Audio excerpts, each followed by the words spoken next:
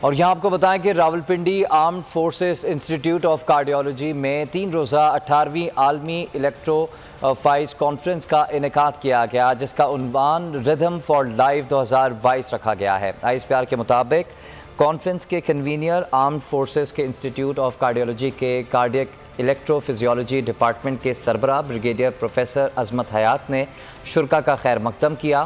Surgeon general lieutenant general نگار جوہر نے electro physiology کی بڑھتی ضروریات اور تقاضوں پر گفتگو کی۔ بریگیڈیئر پروفیسر عظمت حیات نے دل کی بیماریوں اور علاج سے متعلق روشنی ڈالتے ہوئے کہا کہ AFIC ملک کا صف اول کا ادارہ ہے جو تمام نئی ٹیکنالوجیز متعارف کرانے میں سب سے آگے ہے۔ الیکٹرو فزیولوجی کے کچھ طریقہ کار میں کامیابی کی شرح 97% سے زیادہ ہے۔ کانفرنس میں سول ملٹری محکموں کے کارڈیک الیکٹرو فزیولوجسٹ کے علاوہ برطانیہ، ترکی، آذربائیجان، قطر، سعودی عرب اور امریکہ سمیت دنیا کے مختلف حصوں سے معروف مضامین کے ماہرین کانفرنس میں شریک ہوئے۔ سبسکرائب کریں اور بیل دبائیں تاکہ کوئی خبر رہ نہ جائے۔